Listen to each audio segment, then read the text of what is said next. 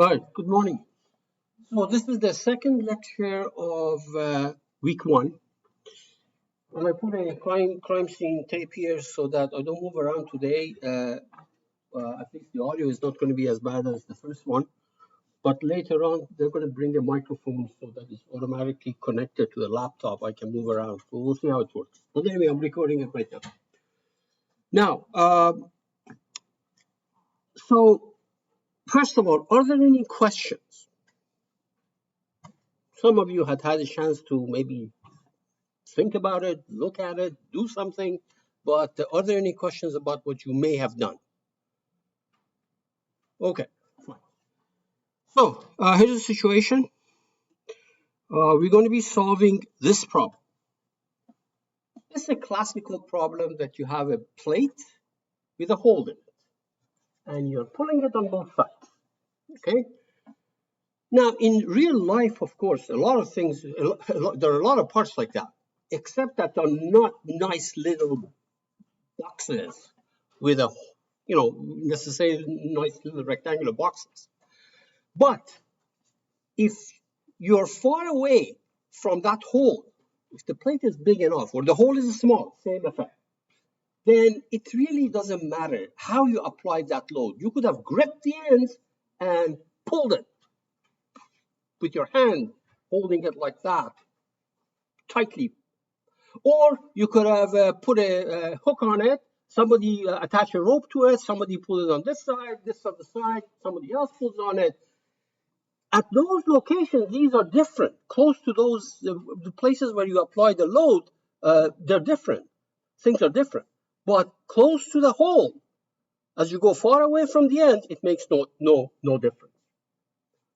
I mean, under ordinary circumstances. This is called Saint Fernand principle. You know, if I'm standing here, this floor deflects. I'm sure you believe that. It's so small that nobody cares about it. But the deflection there at that table is some value. If I move there, of course that deflection will change. But it's so far away that it doesn't make a difference. But if I did this thing close to this area, and it was heavier than what I am right now, it would make a difference. Okay? Saint Fernand principle.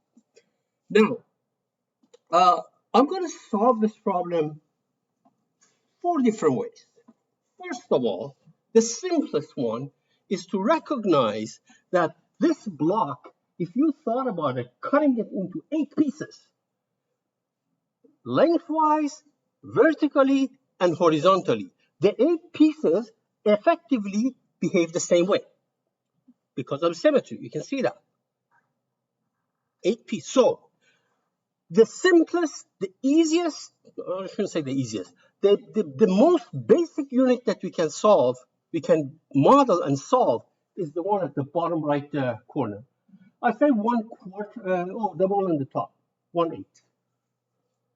So if I know what the stresses are there, I know the stresses in every other block, okay? The other way is to take only 2 planes of symmetry, which is 1/4. So depth-wise or thickness-wise, I'm not going to cut it. So I take that plate, think about it, 1/4 of it. So I didn't cut it through. Or I can cut it only one way, 1 plane of symmetry. Or I don't have to cut it at all, and that turns out to be the hardest problem that in this category, the hardest one. Okay, I'm going to start with the easiest one, which is dividing into 8 pieces. Okay, and if I'm not mistaken, I'm not sure. I think that's how it's done in the book. 1/8 of it. I'm not sure. May not be, but anyway, we'll do the one that is not done in the book. It's one of these cases. Now, why is it important for us to know to do this thing with finite elements? Don't you have this thing in a book? I mean, let me ask you this: what is the stress if I apply the force of F there at the end, and the area is A, the area of the cross section is A? What would the stress be for this problem. You're applying a force F on a cross-section that has area A. Well, you know that uh, average stress, nominal stress is going to be the force that you apply over the area, F over A. So as long as you're away from the hole, the stress is almost F over A. That's it. But as you get closer and closer to the hole, that stress actually changes and it goes higher and higher. Okay? And that's what's called stress concentration. And in your, what book did you use? Deformable Bodies book? Yeah, the stress analysis, you used Hebler's book, I think. And you may not have covered stress concentration in that course, okay? But you will this summer when you're doing machine design, okay? I have doubts that stress concentration was covered in stress analysis because I have a caveat that I'm going to add to that. If it actually, you can see that if you look at the nominal stress that I talked about right up there, force over area. Okay. Now,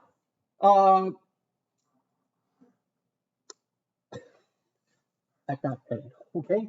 But as you get closer and closer, the stress variation actually changes. This is your F over A. This is your F over A. And if you take this F over the area where the hole is, obviously a smaller area. So you can see that the stress here is not F over A. It's F over a smaller A, and A being this area, not that area, okay? But it actually doesn't look like that. As you get closer to the hole, along that line, it gets bigger and bigger, and that ratio is called as stress concentration. For a big plate, infinite plate, or a tiny little hole, let's think of it like that, this stress over here is 3 times that value. 3 times that value. They're tables. They're formulas. You can go to it. There it is. No problem. It's crazy to go and do this thing in finite element. But if suddenly I go and put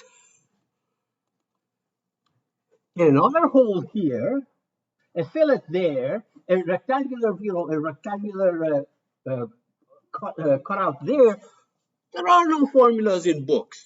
You have no choice but to do it with finite elements. Okay? Stress concentration for an infinite plate or a very small hole, same thing, is 3.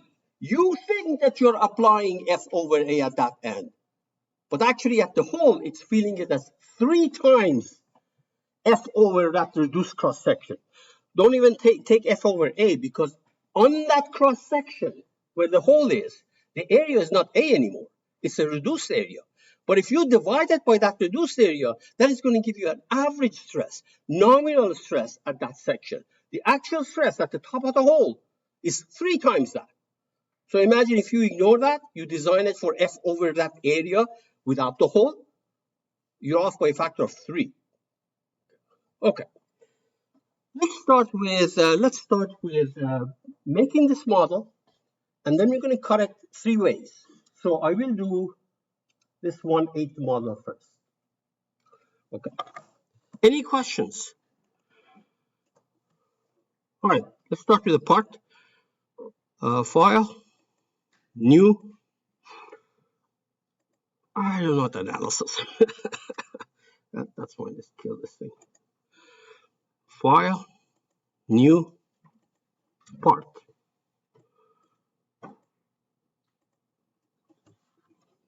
There we are. And immediately I'm going to save this. So I'm going to go File, Save Management, Save As, Desktop, New Folder, 830 class. Why I insist on doing these is that that's how you're going to be doing it on the test. You don't want to put things all over the place and you don't know what happened to a part 1 from problem 1, gets mixed up with part 1 problem 2, etc. So I'll put it in a folder, okay? And that folder, I called it 830 class. Whatever I do, I'm going to put it in there. That's fine, 830 class.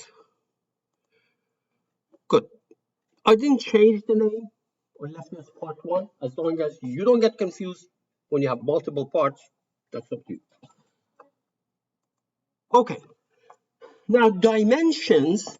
Let me see. Now I have some dimensions here. Let's try to stick to my own dimensions. 2 by 4 by 10. 2 by 4 by 10. Okay. And the radius, I think the radius is this. Looks like 1. All right. So on this vertical plane, I'm going to sketch. And you might say, do I have to do that on that vertical plane? Can I move it a little bit off? You'll see why I insist on doing it the way I'm making that rectangle. I'm going to make a centered rectangle because later on I want to cut this thing. So I might as well have some planes that I can use it for cutting purposes. So let's put some dimensions here. So this is 10. These are inches, by the way. Okay, and this is 4 inches. Okay, and I'm going to make a little circle there. And I think the radius of that circle is 1.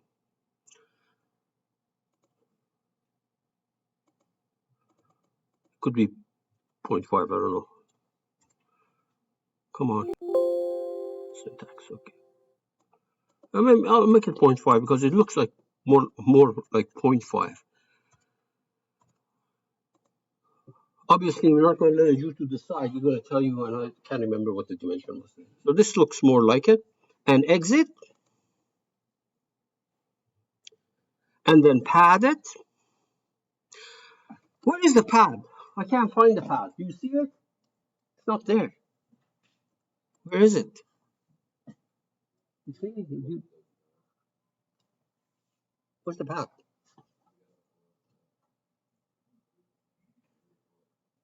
Okay, that's your answer. You say it's hiding somewhere there, hiding among these toolbars possibly. I want a different answer. Yes? Yeah, you're in generative shape design where you do surfaces and things like that. So pad is not a surface. Okay, so we have to go to part design.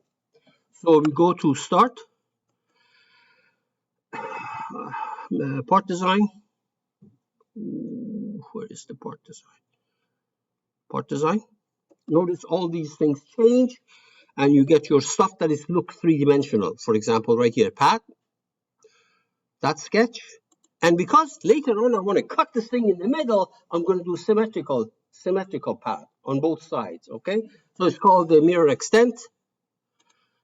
And I think I said 2, but yeah, so that's going to be 1 inch in each direction. One inch will give you actually 2-inch thick plate. There. Okay, save it. Let's apply material to it. Where is the apply material? Look for a ball dropping, here, right there. And please, if you don't remember how to reset your toolbar so that everything goes back to default position so that you can possibly, maybe you accidentally close something, okay? Go back and look at it on the part. Okay, good. And I'm going to save this, and all I have to do is to click on the floppy now. All right. So, well, we're going to cut this thing into 3 pieces, okay? And there's a split here somewhere. You got to find it. Yeah. It's always a saw, something like that. Split. It says, what is the splitting element? Well, for example, I can take the vertical one and the arrow means which side you want to keep. It really doesn't matter to me. So I'll say that's fine. Otherwise, you flip it. It keeps you the other side. And then again, this time with the horizontal one, I'll keep the top piece and split. And I'll take the middle. Remember, I padded symmetrically. That's because I wanted to keep. All right, good. So save. Now, the reason I like this is that because Later on, when I want to do it with two planes of symmetry, all I have to do is to go and deactivate one of these or delete it, whatever you want. Then you still have your model. You don't have to do it again. I'll keep it like that right now. This is all saved. Let's go ahead and switch workbenches. Generative structure analysis. I wish they called it finite elements or something like that. So CATIA is going to, based on the dimension that your block has, is going to divide it into elements like that. I don't even know. Static analysis, that's what you're doing for sure. But let's see now what kind of element we have. The size, of course, is roughly 0.3 inches. And it's parabolic. Okay, you can have linear, parabolic. Remember, generally speaking, parabolic is more accurate. Generally speaking, there is no guarantee. Okay, and I'll keep it like that. But I will make, well, that's okay, fine. Okay. If you want to see your mesh, you put the cursor there, right-click, mesh visualization. And there's nothing wrong with what you're going to see on the screen, except that it looks like that because you are you put material on it. When you put material on it, you can change the rendering here. You can change the rendering instead of this one, which is material shading. I'll use the third one, so you can see things. Okay. Now it's deceiving because if I had done linear element, it would have looked exactly the same, except that linear elements have 4 corner nodes. This guy has 10 nodes, corners, and in the middle of the edges. Okay, but they look the same. Now, from this point on, I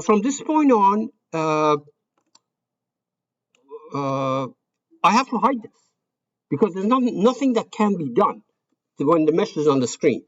Either hide it or delete it or deactivate it. There. Okay. What was my load? 2,000 pounds. Okay, 2,000 pounds. So first, what I'm going to do is I'm going to apply a force here.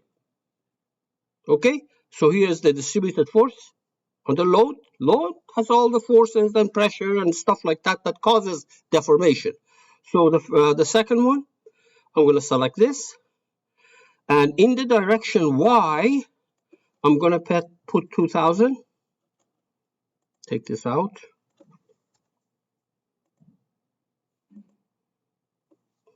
Like that, you can see that. 2,000. That's great, except that you're going to lose right away 3 points. If the problem had 2 marks, you're going to lose 3 points. Because this is a force. The force is applied at the end, where only 1/4 of it is now being modeled. That should be 2,000 divided by 4, okay? Not by 8, by 4, because look at where the area is being applied to. It's 1/4 of that. Yes, it's 1/8 of the model. I can see that. So don't go because you did 3 planes of symmetry, you just divide it by 8, or force doesn't go like that. So this is going to be for 500. Okay, very good. Now we come here. If you look at this plane, imagine that you have the whole block with a hole in it. Of course, you cut it into 8 pieces. I understand that, but visualize the whole block with a hole in it, and you made a cut like that. Stuff on that plane, on that cut, do not move to the left or to the right with respect to the block itself.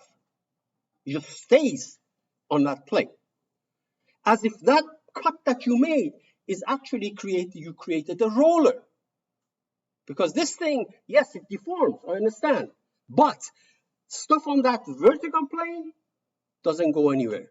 It stays on that vertical plane, doesn't go to the left, doesn't go to the right. That is what we call roller. CATIA does not have roller. It has something called surface slider. Right here where the restraints are, remember the clamp? This has to do with fixing things. This one is a roller. There are other stuff here, and some of them you're going to see, but this is called surface slider. You click on it. This is the plane that I was talking about. It looks something that looks like a roller. it's very common that people also will go put on that. No. That circle, actually, that circle becomes an oval. You know that. So don't put it there. So that's one. Can you not argue exactly the same thing about the bottom plate? Because you cut it. You cut it horizontally. The plate with a hole, you cut it like that, surface slider. You cut it like this, surface slider. So you put this thing on surface slider. We can do it at the same time, but I'll do another one. You can do it at the same time, three places. And the thing on the back. If I'm going to do it 3 times unnecessarily, let's do it again. The thing on the back, because you cut through the thickness. You cut through the thickness. Okay, very good. All right. So this is a situation. Let's save our analysis. File, save management. Oops. File, save management. This is the analysis. Save as. Now here, we're going to try it. I'm going to leave it analysis 1, but the next one that I'm going to do with only 2 planes, I'm going to call it analysis 2. We're going to see how it's going to work, okay, so that you have all the results with you. Okay, so this is analysis 1. I'll say 3 planes. How about that? 3 planes. Just so that I will remember what it is. Save. And lo and behold, if you haven't forgotten anything, run it. And run means compute.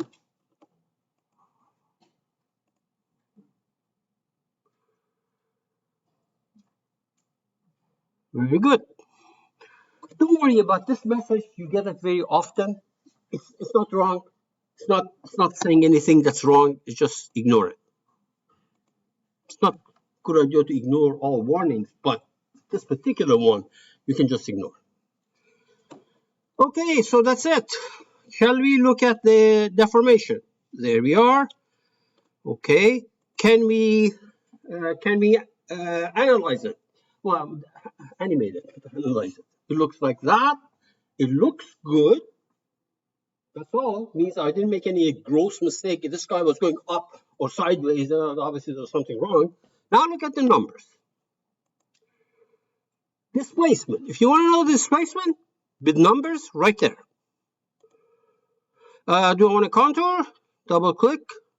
Average ISO. Change the material to material shading so that you get it in the contour. I also want to see my elements. I also want to see the elements themselves. So let me see. Let me see. Is it just the elements for visual purposes? I want to see it.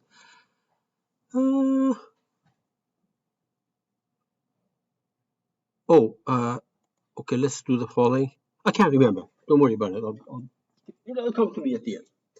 Now, a couple of things. Let's look at the stresses. Von Mises stress.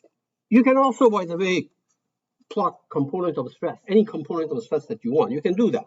But von Mises stress is what we are concerned about in general, at least in this course. So you get this stuff. Bigger stresses here. But we get some junk. This is all junk. And the reason I got that junk is that I applied a force. I'm going to change that to pressure. I'm going to show you what difference does it make when I apply pressure. Because force means that take the force of 500, put concentrated forces at these nodes at the end. At the end, on that face, I have a whole bunch of nodes. So it takes a 500 divided by 100 nodes, put 5 pounds on each. That's not correct. As long as you go away from this end, no problem. Actually, this number should be roughly 3 times the pressure that you applied at the end. Okay? I don't know what the pressure is. It was 2,000 pounds divided by the area. Area was 8, something like that. We checked out. The area was 8, right? So anyway, let me go ahead and delete this load.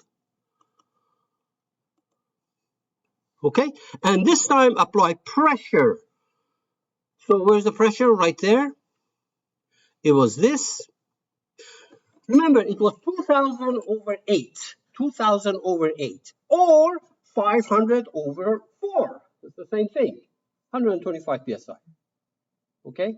Original area was 8, 2 inches by 4 inches.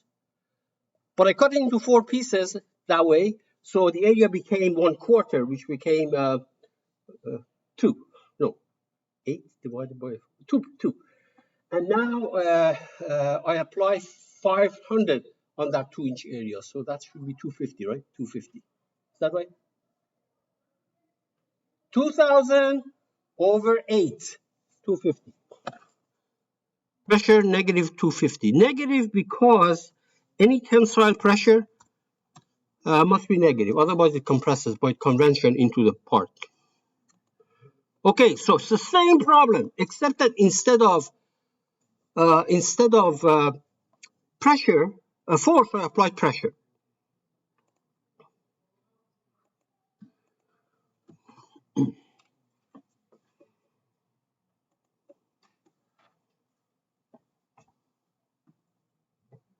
Okay, let's plot the von Mises stress. Everything that we generate is already there, so activated. There we are. All that junk is gone. It really didn't matter as far as the hole is concerned, but it's just that it might confuse you. Say, well, what happened there? That's because you don't know really how the load was applied. I just put concentrated force and then I change it to pressure. As far as the thing is concerned, the hole is concerned, as long as it's away, not that bad. Now, so 250, right? I apply 250 multiplied by 3. Stress concentration factor from that graph was 3. You get 750. What do I get here? 709. Okay. Now, let me do the following. Let me make the mesh finer here. Let me make the mesh finer here. Because I'm going to ask you to do that on the test. Make something finer in this area or that area. No, we don't have to worry about the number. We want to make sure you can do it. So here's what I'm going to do. First of all, I'm going to deactivate this. You see right here, you see right there, model manager, where the traffic light is, think about it as traffic light. There's this thing called local mesh size, this guy, local mesh size. You click on it, it says where? Well, right there. And automatically it comes up with an idea. You don't have to go with that. You can change it, smaller, make it bigger, whatever you want, and let's run it again. Let me show you the mesh first of all. Right click, wow. Right click, mesh visualization.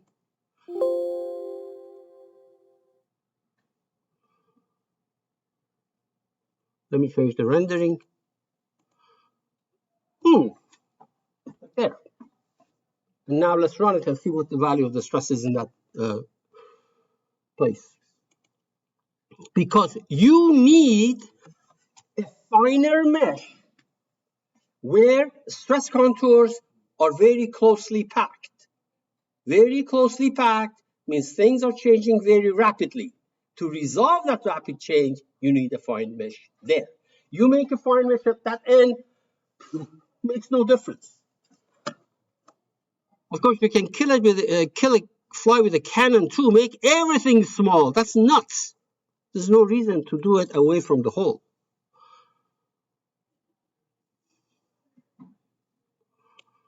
Okay, so you know how to define a mesh now. And you're going to do that several times between now and the test. But I don't want some stuff. I don't want my. There's 2 of them on top of each other. I don't want my mesh. Let me deactivate my mesh. They're sitting on top of each other. That's why deactivate right there and change the rendering, material shading. Hallelujah! Look at the stress. 778. That's theory. And it's for an infinite plate or a small hole. This is neither infinite nor very small hole. Gives you 778. So when you do this thing for a living, these are things you have to worry about. Okay, for this course, you have to be able to get the ball rolling. Okay. All right, so this takes care of, let me save this, by the way. Now I'm going to kill that guy. We already saved it. Now I'm going to kill this analysis. Go back to my parts. My part. We kill that. Honestly, I don't know whether it's going to work the way I'm going to do it, but we're going to try. So I'm going to delete one of these. For example, the middle plane. Let me see now. The middle plane, the middle split, I'm going to delete. Delete or deactivate. I'm going to deactivate it. Can I deactivate it? No, it looks like I can't deactivate. Oh, I'm going to delete it. Okay, good. So we now go to analysis, generative structure analysis. It's a static problem. And I'm going to save it with analysis 2 or 2 planes of symmetry. So file save, because I don't want to destroy the other one. File, save management. This is the one. I'm going to call this thing save as. I'm going to call it 2 planes of symmetry. That other guy is still there. 2 planes of symmetry, okay?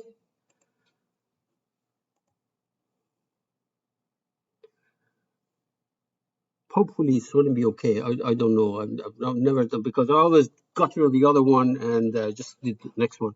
All right, so let's go ahead and put our rollers. So roller on the bottom face and on this face. Notice that here I did it all at the same time. 2 faces at the same time. Not the back, because the back I put it on roller because I cut through the depth, through the thickness. I didn't do it here. So we say okay. Apply our pressure. If you make a mistake, you go fix it. So right there, restraint, double click. If you don't want this, and I didn't want it, we just take it away. Click on it again, it goes away, instead of deleting it, doing it again. Okay, so pressure, we're going to do pressure now.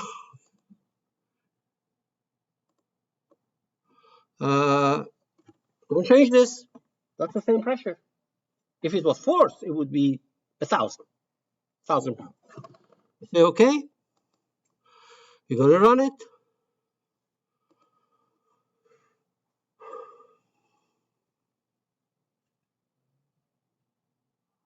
Yes, I know.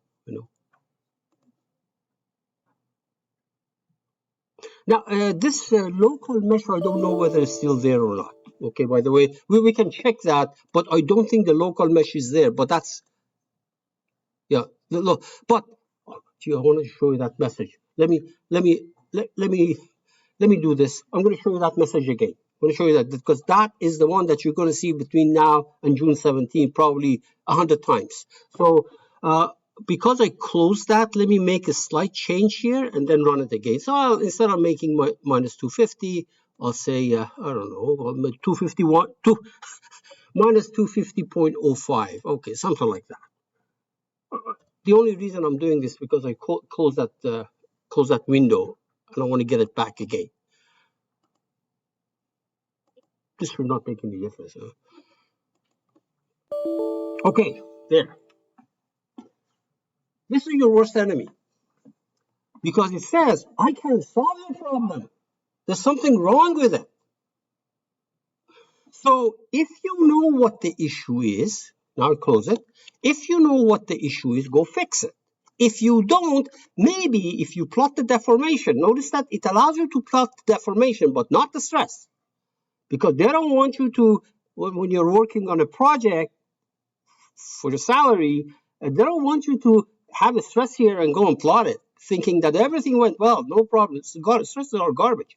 But you can plot the deformation. There we are. Let's animate it. Let me change the rendering here. People feel animated. This whole thing moves as a rigid body because there is a surface slider here, roller at the bottom. Okay, let me put it that way. There is roller here, rollers at the bottom. This thing can go sideways. Nothing. Before it couldn't do it because we made a cut and we put that cut on a roller. It can't. It couldn't move. That's why it went fine. Now we have rigid body motion. I have to take away that rigid body motion. It's just a fridge, like a fridge that you lean it against the wall. It's got wheels at the bottom of it. You can push it like that. Okay. So one way to fix this is to take that rigid body motion is the following. I'm going to deactivate that. I'm going to say one of these points, this point or that point or that point or that point, cannot move in the direction X. That takes away the rigid body motion. Now, how do I do that? Once again, restraint. You already have used clamp yesterday, 2 days ago. You just use rollers, surface slider. Next to it, it says user-defined restraint. And now, if there are specific things that you want to do, you go click on this. It says, okay, where? Well, for example, that corner point. In what direction? In direction X, direction 1. Do not let it go in direction 1 because that was causing the problem. It doesn't matter which corner you pick here in this problem. It doesn't matter. And run it again. We are no longer getting that error message.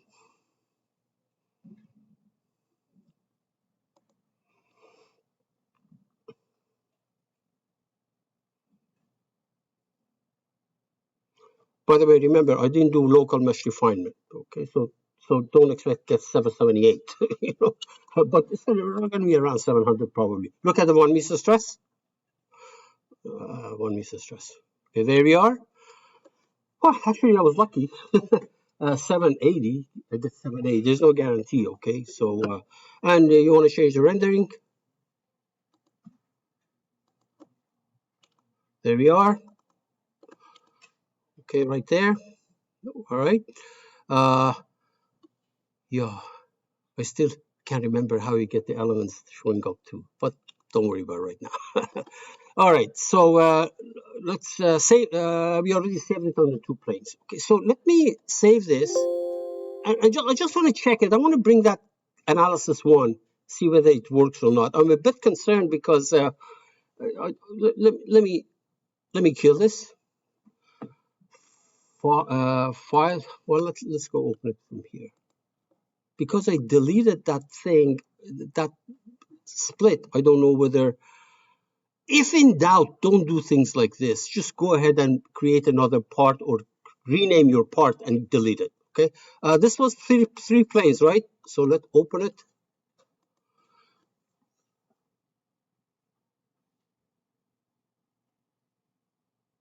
Oh, see, that's not the right one.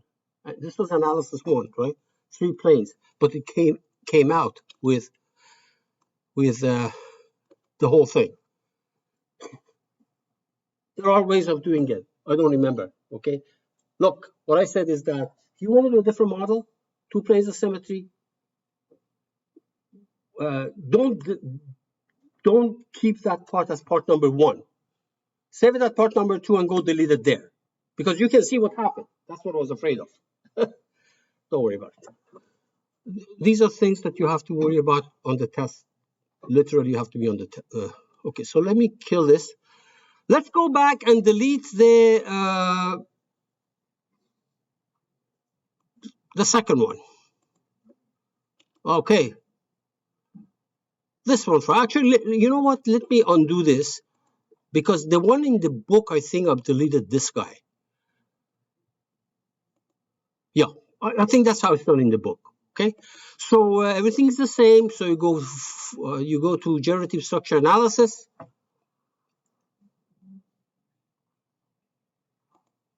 Okay, so where is the roller? The roller is only at the bottom. The roller is only at the bottom. There and there. The force, the pressure, same number. Okay, we're going to run it, and you'll see that, of course, it bumps out.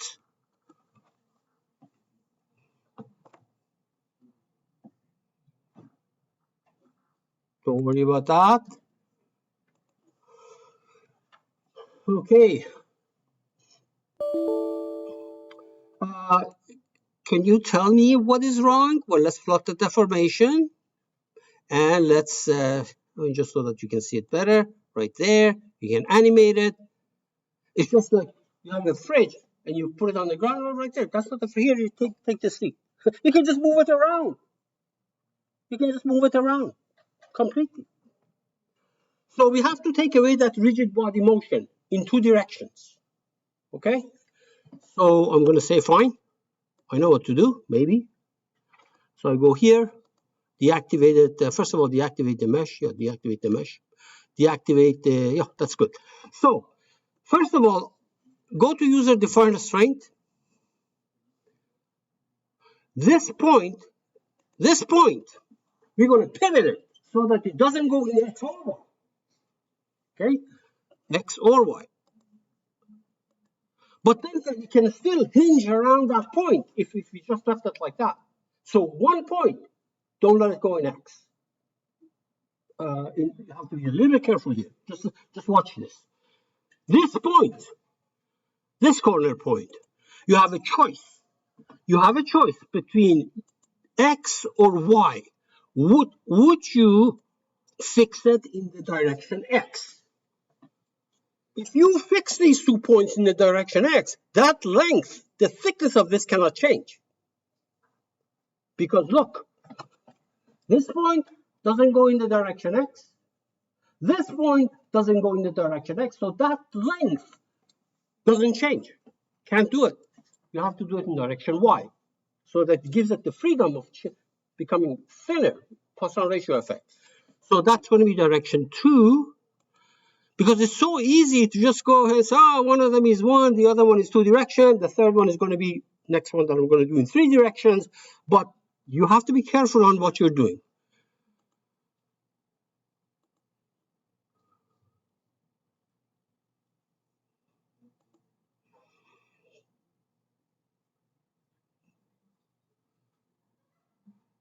Your worst enemy is not going to show up.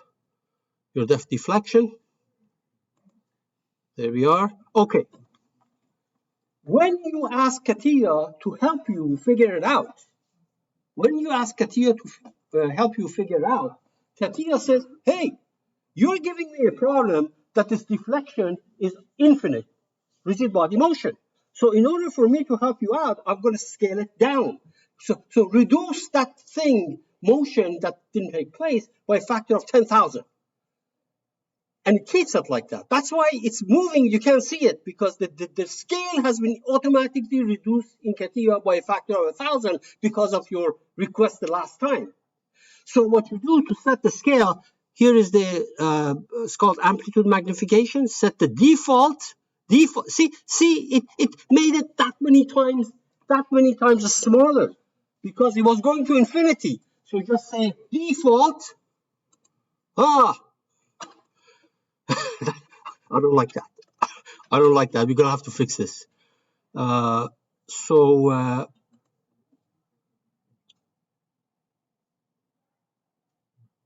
don't like that. Okay, that point, we can't touch that point. Obviously, this is wrong. You can see that. It works, but it's wrong. So close it. Let's go and fix, let me deactivate this plot. Where is the deformation deactivated? Okay, so let me take this, and you can think about it. Let me take this and put it somewhere else. Let me try to put it up there. So double click on this. For that vertex, don't select this vertex. Let me delete that. Where was it? Restraint. This one I'm going to delete. And do another one. This point, I am a little worried here. Definitely this is not X. It was fixed from going in the Y direction. I don't like this.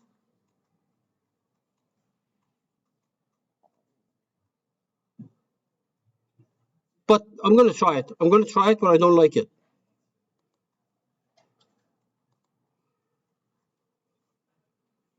We have time to go to yes, yes.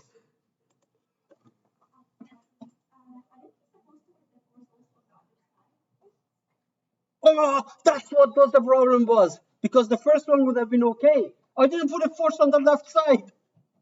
Of course. Thank you. There was nothing wrong with this. So undo these, undo these. This should have worked. So we go and put the pressure on this side. So you get 100 on that problem. But other people who don't do that, we lose 5 out of 10, including me. There is an easy, dirty way of doing such problems. I'm not going to tell you now. What is this? Let's see now.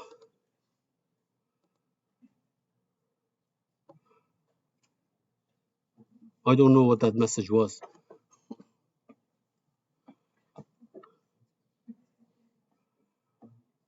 Okay. Deflection. Yes. Deactivate, reset the scale. There we are.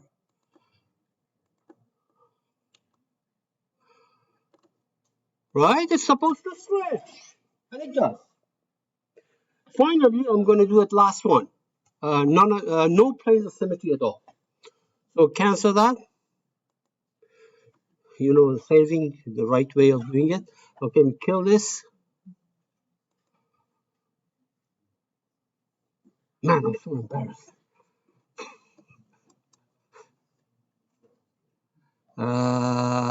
Delete the whole shebang. Okay, we go to generative structure analysis.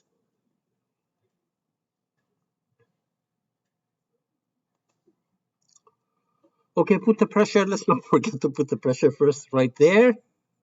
And you can do it at the same time. Okay, good. Now, you know what's going to happen if you run this, it's going to bomb out. Because this is going to be floating in space. Before, it could not get off the ground, at least. This chair cannot get off the ground. But if no, I put no restraint on it, then this can just fly around. So let's try to see whether we can fix it or not. So one point we're going to fix in all 3 directions so that this doesn't just, hinges about that point. It can still rotate, but about that point. So one point, it really doesn't matter what point, in all 3 directions. At least this cannot fly away.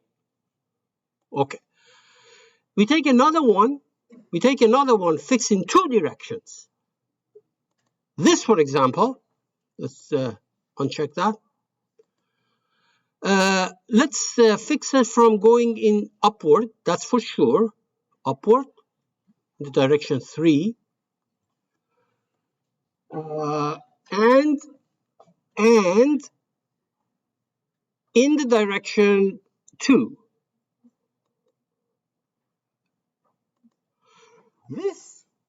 This right now can revolve or hinge about that line. So I have to take that away so that one point does not go sideways. I may be wrong. You may have to fix it. For example, this top point or that point, just so that it doesn't hinge about this. No displacement in the direction y.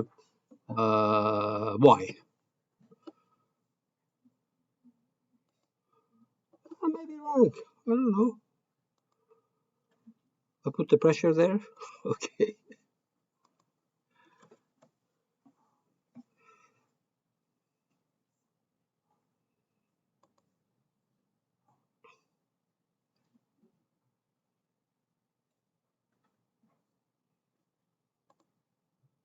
Yeah. It's okay. So you can see that having no planes of symmetry was actually not a good idea, because this is what you have to do. Now, it's very common that people do crazy things. For example, I don't know, did I put the pressure on? Yeah, I did put the pressure. I should have. I mean, if I deactivate this, you see that it's there. Okay, some people might say, you know what? Actually, let me delete all these restraints. Let me delete all three of these.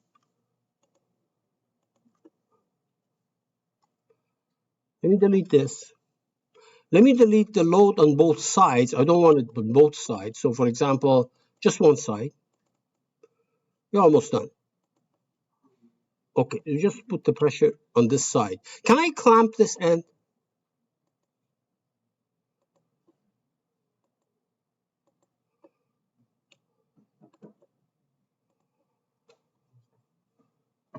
See, I clamp one end and I apply pressure on the other side. Because that's so easy. And for the hole, it doesn't care. It's so far away from the ends that stress distribution is going to be exactly the same way. As long as you stay away from the ends. Can I do it like that? Let me change this thing to material shading. The answer is yes, if they pay you, not in my class. If we don't ask you, if we don't tell you this is clamp, don't go and clamp it. Okay? You apply the restraints and the loads that we tell you. But for your job, sure, do it like this, no problem. All right, folks, it's any questions? Yes.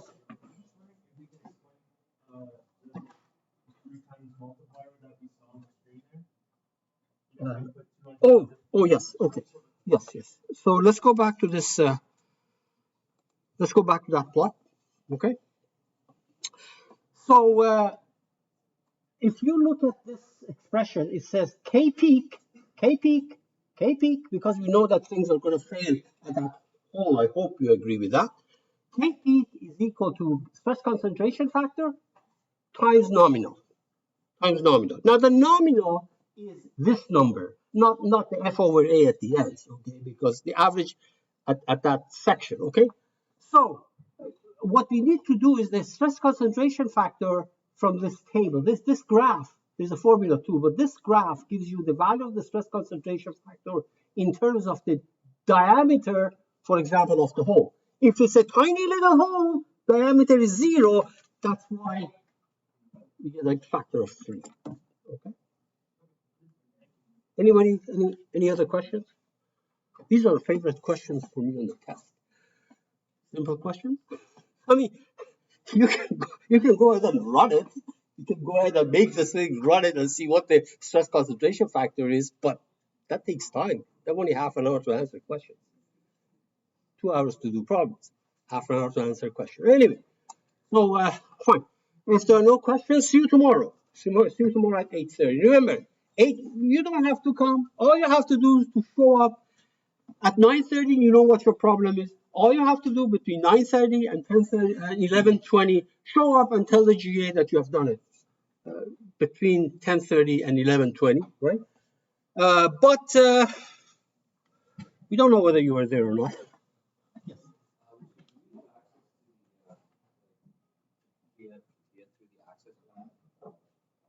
Okay, this is something that you have to check with Mark Green, the system administrator, because last year everybody did it. Everybody was home. They're accessing the stuff. He told me that they took those things away, but you have to talk to him. Okay?